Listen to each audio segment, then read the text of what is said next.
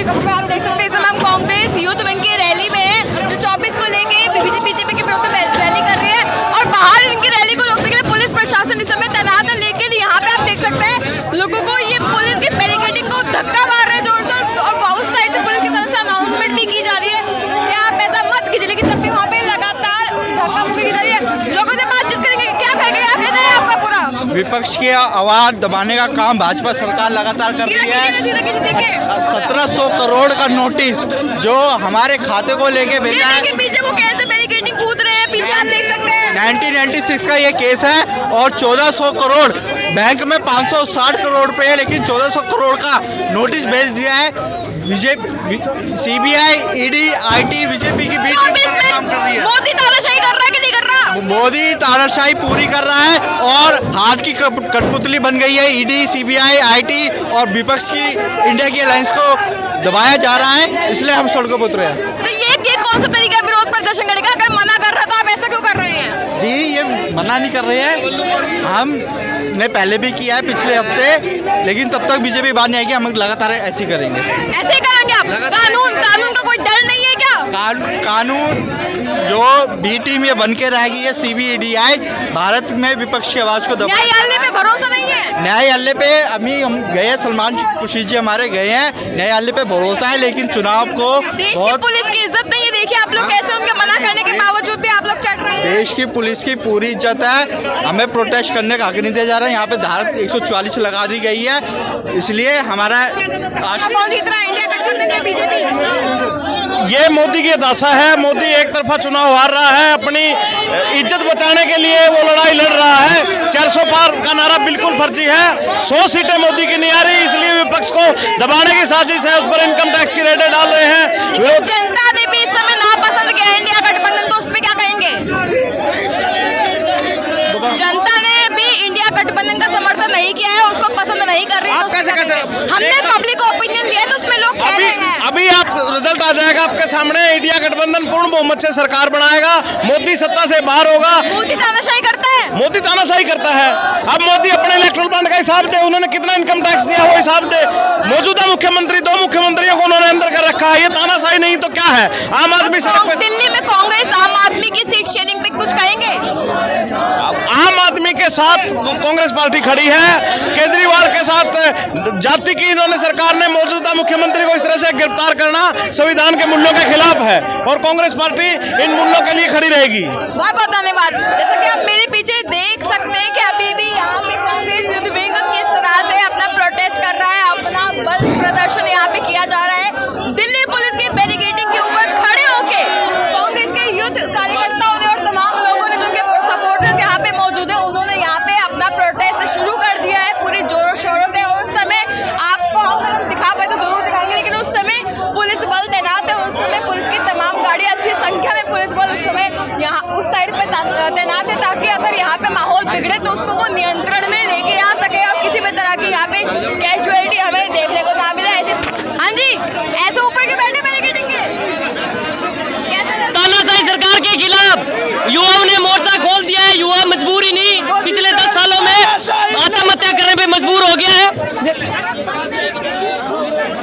देखिए, मैं पूछना चाहता हूं, आप ये बताइए, इस सरकार ने 210 रुपए की पेनल्टी जब कांग्रेस पार्टी पेनल्टी लगाई तो 135 करोड़ कांग्रेस पार्टी के अकाउंट से सीज कर दिए, फ्रीज कर दिए। मैं पूछना चाहता हूं, क्या इस तरीके से काम करेगा? आचार संहिता लगने के बाद इस सरकार को क्या करना चाहिए कि अभी चुनाव से पहले इन चीज़ों को रोकना चाहिए? नहीं तो मुझे आप बताइए, 4600 से ज़्यादा पेनल्टी है बीजेपी के पर, इनकम टैक्स क्यों काम नहीं करती?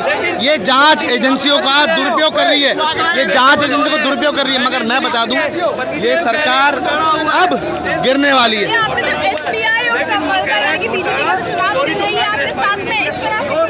ये इसलिए लगाया है, आज सरकारी संस्थाओं का दुरुपयोग किया जा रहा है। SBI ने, आप बताइए, 28,030 रुपये, 28,030 इलेक्ट्रोल बॉन्ड बरामद हुए हैं। आप समझिए, 1 अरब 65 खरब 10 लाख से ज्यादा का पैसा है। साथ है इंडिया गठबंधन के, जनता साथ है, बिल्कुल साथ है। आप बताइए, अगर जनता साथ नहीं होती, जनता अगर साथ नहीं होती तो क्या होता बताइए। जनता को पता है कि इस देश में महंगाई, बेरोजगारी, भुखमरी दिन प्रतिदिन बढ़ती जा रही है, मगर ये सरकार कुछ नहीं कर रही। जनता से 50 दिन मांगे थे, जनता ने 10 साल दे दिए। अब जनता इंडिया गठबंधन में पूर्ण मोदी बहुमत जी का देगी। नारा है अब की बार 400 पार मोदी सरकार, क्या कहेंगे उस पे? हैं? जो नारा है मोदी जी का अब की बार 400 पार मोदी सरकार, उस पे क्या कहेंगे? मैं कहना चाहता हूँ 400 पार तो कांग्रेस पार्टी लेकर आई थी राजीव गांधी जी के कार्यकाल में, उस वक्त लोकतंत्र बचा हुआ था, आपको ये पता होना चाहिए। मगर आज नरेंद्र मोदी जी ने 400 पार के नारे से पहले 300 पार लेकर आई है नरेंद्र मोदी की सरकार। बताइए देश में क्या कर दिया उन्होंने, लोकतंत्र का गला घोट दिया उन्होंने। बताइए आप युवाओं के लिए कोई बात नहीं करते, आप बेरोजगारी पर कोई बात नहीं करते, महंगाई पे कोई बात नहीं करते। बताइए कांग्रेस में जो युवा है उनके हित की बात की जाती है। बिल्कुल। आप किसी युवा से पूछवाइए, आप युवा से पूछिए, ये रहा लड़का, ये युवा बात करिए। कांग्रेस पार्टी में युवाओं के लिए किस तरह की वो सुविधाएं बनाई जा रही हैं, किस तरह की स्कीम्स योजनाएं निकाली जा रही हैं? अभी राहुल गांधी जी ने हमारे 5 गारंटियाँ निकाली हैं, युवाओं के लिए निकाली हैं, और युवाओं के लिए सब कुछ कर रहे हैं और युवाओं को लेकर आगे बढ़ते हैं। बेरोजगार आज कौन है? युवा ही तो बेरोजगार है, बूढ़े बुजुर्ग तो है नहीं बेरोजगार, युवा ही तो बेरोजगार है। पक्ष कहते हैं बेरोजगार वो है जो पढ़ता लिखता नहीं है। मैम 65% ना पढ़े लिखे ही बेरोजगार है अभी। वो कहते हैं कि स्किल वाले नहीं है, सबके पास स्किल है। उनके हिसाब से बेरोजगारी कैसे खत्म होगी? पकौड़े की दुकान लगा लो, वो बेरोजगार हो गया। पर देखो हमें अपना पता है, ठीक है। आज जैसे मोदी सरकार अपने बारे में सोच रही है, ऐसी हर बंदा अपने बारे में सोच रहा है। आज की मीडिया देख लो, क्या मीडिया आज अपने बारे में नहीं सोच रही? वो झूठ दिखाती है सिर्फ। तो आप ये सब भी देखो ना, बड़े बड़े जो बड़े एक बात बताइए, क्या जनता से हमने सुना है ऐसा कि जनता कह रही है कि इंडिया गठबंधन में कोई प्रधानमंत्री पद का सही उम्मीदवार नहीं है, चेहरा नहीं है, क्या कहेंगे उस पे? मैं कह रहा हूँ मोदी जी प्रधानमंत्री बनने लायक नहीं है, मैं बोल रहा हूँ। क्यों, ऐसा क्यों? मैम नहीं है, क्या कर रहे हैं वो?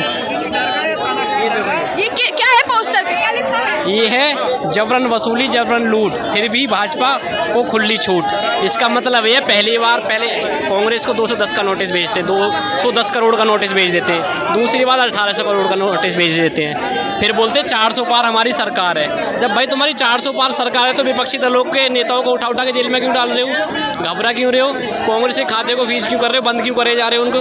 अब जैसे आपने देखा होगा, जैसे जैसे इंडिया अलायंस मजबूत होता जा रहा है, इनके विपक्षी दलों को नेताओं को उठा के जेल में डाल रहे हैं। झारखंड के हेमंत सोरेन जी को देख लो, 2, 4, 5, 7 दिन पहले दिल्ली के मुख्यमंत्री अरविंद केजरीवाल जी को उठा के जेल में डाल दिया। कह रहे उनको तो पहले ईडी के समन भेजे गए, 9 समन आए हैं, उसके बाद उनको डाला जेल में। तो ये जब तो डरी हुई सरकार है, ईडी जब तो सम्मान भेज रही है। बीजेपी सरकार जब ये बोलती है भाई हमारी सरकार पूर्ण बहुमत से बन रही है, तो बीजेपी नेताओं से घबरा क्यों रही है? उनके खाते क्यों बंद कर रही है? ये सत्य है, सत्य। राहुल गांधी जी ने क्या बोला था? राहुल गांधी जी ने बोला है कि जो इलेक्ट्रॉन बॉन्ड के जरिए बीजेपी जो वसूली कर रही है, ये बीजेपी बहुत बड़ा वसूली है, बहुत बड़ा घोटाला है। इसको सब जनता जान चुकी है और यूथ कांग्रेस के कार्यकर्ता सड़क से लेकर संसद तक इसके लिए संघर्ष करेंगे और जनता की आवाज़ को बुलंद करेंगे। लेकिन एक बात बताइए, जैसे कि विपक्ष सवाल उठाते हैं, यानी कि इंडिया गठबंधन ये कहता है कि बीजेपी है जो युवाओं को भड़काने का काम करती है, तो इंडिया गठबंधन तो यहाँ पे आप लोगों ने युवा चढ़ा रखे बैरिकेडिंग पे, इस पे क्या कहेंगे? युवाओं को तो भड़काने का काम बीजेपी करती है। हिंदू मुस्लिम में लड़ाई बीजेपी कराती है, युवाओं को रोजगार नहीं देती, युवाओं को उल्टे सीधे दंगे कराती है, हिंदू मुस्लिम से लड़ाई करा के युवाओं के ध्यान को भटकाने का काम करती है। युवा मांगते रोजगार, ये ध्यान भटका देती है। चलिए, बहुत बहुत धन्यवाद। मतलब भाजपा ज्वाइन कर लेंगे तो सारे गुनहगार ना। बिल्कुल तानाशाही है जी, बिल्कुल तानाशाही, इतनी तानाशाही है, इन्होंने देश को बर्बाद करके रख दिया है। मोदी जी कहते हैं कि जनता को तो पसंद ही नहीं है कांग्रेस। जनता को पसंद नहीं है, इनको पसंद नहीं है कांग्रेस, ये नहीं चाहते कभी देश का विकास हो। 2024 का इलेक्शन कैसे जीतेंगे? पांचवी बड़ी अर्थव्यवस्था बन गया हमारा देश अंतर्राष्ट्रीय स्तर पे। अच्छा, कौन सी अर्थव्यवस्था बन गई? आंकड़े खोल के देखो। अच्छा, कितना देश के अंदर विकास हुआ है बताओ? कितनी देश के अंदर नौकरी दी है? 15 लाख देने का वादा हुआ, कहाँ मिला? 15 लाख मिला किसी को? स्टार्टअप बना दिए पहले। सड़कें जब कांग्रेस सरकार थी, जब भी सड़कें थी, जब कांग्रेस सरकार थी, जब भी सड़कें थी। सड़कों को पहले तोड़ते फिर बनाते हैं तो क्या फायदा रहा उसका? कपड़े पुराने होते बदलते नहीं है बदलते हैं, वो सड़कों को तोड़ोगे फिर बनाओगे क्या? पुरानी हो गई, खराब हो गई तो तोड़ दी। वो तो अपने कपड़े जो होते हैं वो खराब हो जाते हैं, तो जब नए लाओगे लेकिन उनको तोड़ते क्यों फिर? अरे नहीं, इनका मतलब क्या है? इनका मतलब क्या तोड़ने का? इनका मतलब क्या तोड़ने का? फ्लाईओवर भी तोड़ेंगे, फ्लाईओवर बनाएंगे, तो मतलब क्या रहा? नहीं, मतलब क्या रहा बोलने का? है? क्या चाहिए? तानाशाही है। तानाशाही क्या है? वो उनकी है, वो तो पूछ रहे हैं हमें कि उनकी वो उन्हीं की है, वो तो हमारी क्या है? अच्छा, उन्हीं की तानाशाही है। और क्या? अच्छा, हम तो भाई देखो, EVM का क्या है? हम आएगा, हम एक सादा सिंपल आदमी है, तो हम मेहनत करते हैं। आइए ना बोलिए। हम सादा सिंपल आदमी क्या नाम है मेहनत भैया करते आपका? हैं। मेरा इंदर सिंह चौहान। अच्छा, ईवीएम को लेके क्या बोलेंगे? ईवीएम को लेकर हमारे जो देश में, बाहर जाके देखिए, बाहर के मुल्कों में, 12 देशों में ईवीएम बैन है, और यही नहीं, देश में भी बैलेट पेपर से चुनाव होने चाहिए। ईवीएम जो है वो एक तरह की वीवीपैट मशीन, बहुत ही घपलेबाज मशीन है, जिससे कि देश के जो वोटर्स है, मतदाताओं के वोट चुराए जाते हैं, फिर अपने क्या बोलते हैं, वोट चुराए जाते हैं। वोट चुराने के बाद भी ये लोग रिकाउंटिंग में भी गड़बड़ी करते हैं। और आप देखिए, सभी राज्यों में, जितने भी राज्य होंगे, इनमें इन्होंने ईवीएम पूरी सेट कर रखी है। प्रथम चरण का जो चुनाव होगा, उसमें ये लोग साउथ से कांग्रेस को विजयी दिखा देंगे द्वितीय चरण में। जी हाँ, बताइए। टाइम से ईवीएम चल रही है, अगर हाँ जी, एक बात सुनिए, हाँ, मैं भी आपसे कहना चाहता हूँ, इस मीडिया के माध्यम से कहना चाहता हूँ कि इस देश में सरकार सिर्फ पूरे देश के वर्ग के लोग बनाते हैं, किसान बनाते हैं, मजदूर बनाता है, इस देश का युवा बनाता है, नारी शक्ति। हाँ जी, किसान आंदोलन जो चल रहा है, ये चलता रहेगा, लगातार चलेगा। कारण सिर्फ यही है कि किसानों के जो एमएसपी की बात है, ये मोदी सरकार नहीं कर रही बात उस पर, और सिर्फ ये अडानी और अंबानी को फायदा देते हैं। आज देश में एमएसपी पे बात की, लेकिन किसान एमएसपी पे बात जी नहीं करना एक बार चाहते। जी इसलिए नहीं कर जी एमएसपी पे बात इसलिए नहीं करना चाहते, वो लोग ये उचित मूल्य उनको देना नहीं चाहते।